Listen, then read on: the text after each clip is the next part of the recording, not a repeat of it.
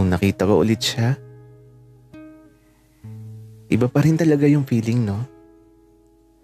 Na kahit maraming tao sa lugar na yun, makikilala mo agad siya eh.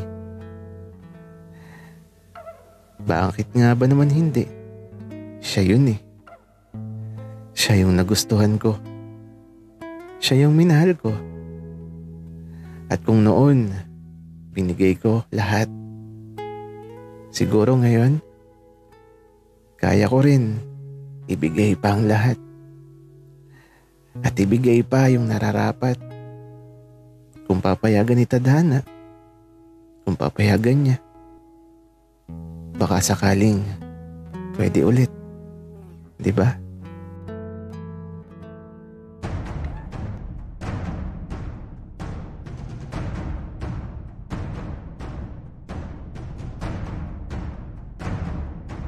Kaibigan, huwag mong kalimutan mag-subscribe sa aming channel at huwag din kalimutan i-click ang notification bell at subscribe button. Subscribe na!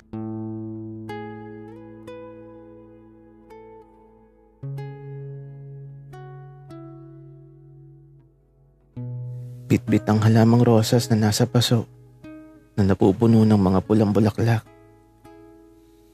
Mabilis ako naglakad. Tumitingin sa bawat nadadaanan ko. Nagbabaka sakaling makita ko si Buknoy. Subalit sa bawat paghakbang ko, sa bawat lugar na puntahan ko, kahit anino niya, hindi ko makita. Gulong-gulo yung isip ko, hindi ko na alam kung saan ko siya matatagpuan. Kaya ito, kailangan ko nang umuwi kay Ate Mona. Baka kasi umuwi na din si Buknoy. Hindi ko na talaga alam ang gagawin ko. Pero sana naman nakauwi na siya. Sana makita ko siya. Tapos hinga ko ng tawad. Tapos bahala na. Basta gagawin ko ang lahat para mapatawad niya ako. Kaya ito, nagbiyahe na ako pauwi.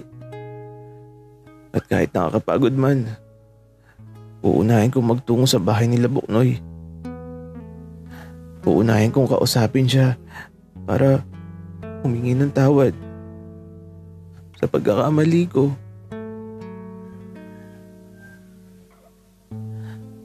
Walang nakakaalam sa nangyari. Kahit si Ate Mona, hindi ko sinasabi pa sa kanya yung nangyari.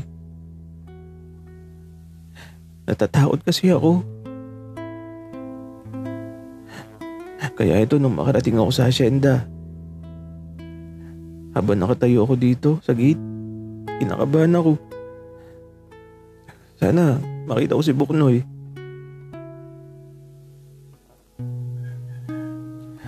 Pumasok na ako at naglakad patungo sa bahay nila.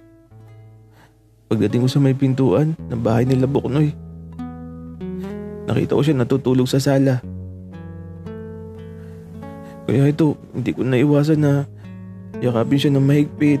Tapos, naiiyak na lang talaga ako.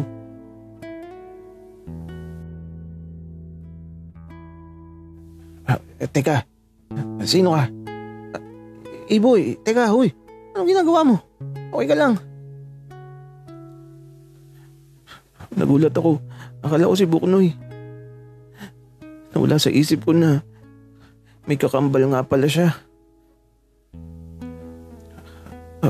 Sorry, akala ko si Buknoy ka. Andito na ba siya? Wala pa, Iboy. Bakit? Hindi ba kayo sabay na umuwi? Hindi kami sabay, Bruno. Nauna siya, wala pa ba? Baka andito na. Wala pa nga. At saka, bakit naiyak ka? Nag-away ba kayo ni Buknoy? O inaway mo siya? Teka, tatawagin ko si Papa. Susumbong kita.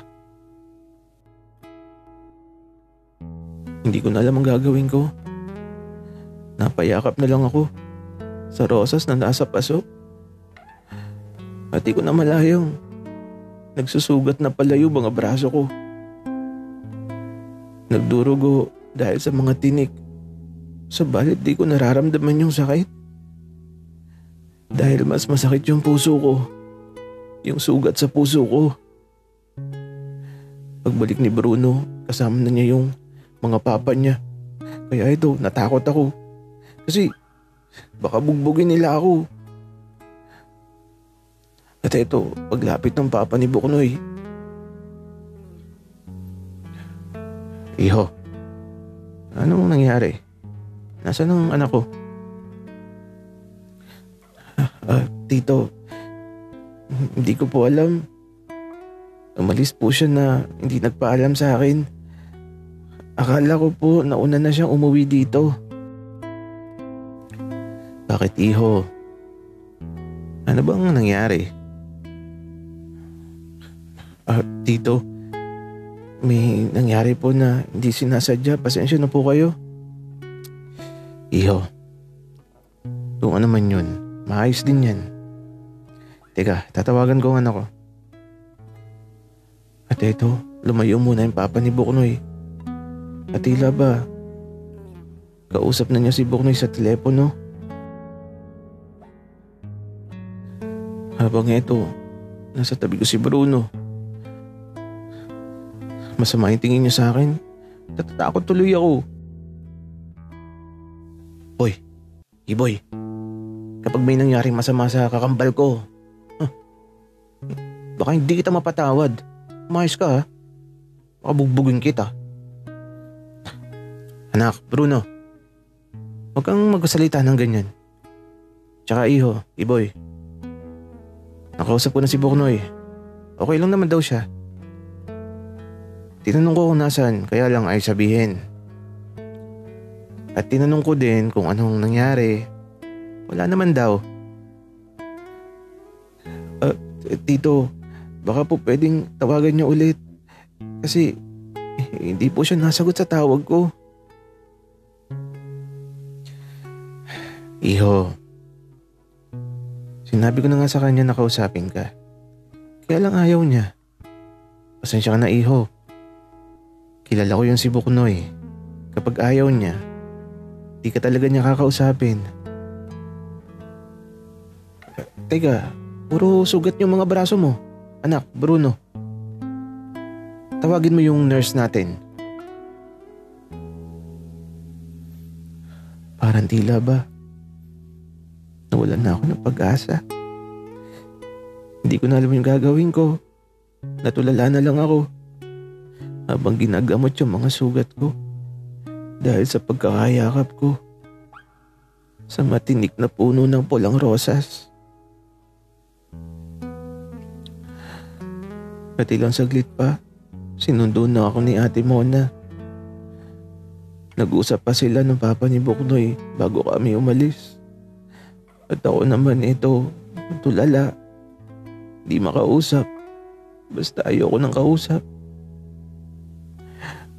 Pagka-uwi ko sa bahay nila Ate Mona, ito, nagtungo na ako sa silid ko dito sa bahay niya. Nakahiga ako at ipinikit ko yung mga mata ko. At kahit anong pigil ko, maagos pa din yung mga luha ko. Sobrang gulong-gulo na yung isip ko.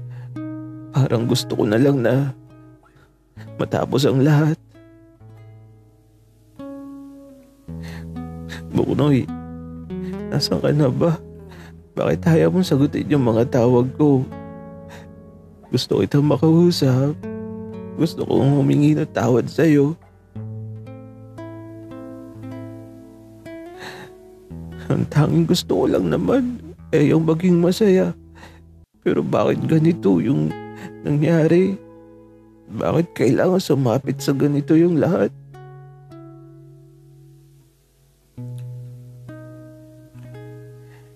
Boy, bunso, huwag kang mag-alala masyado.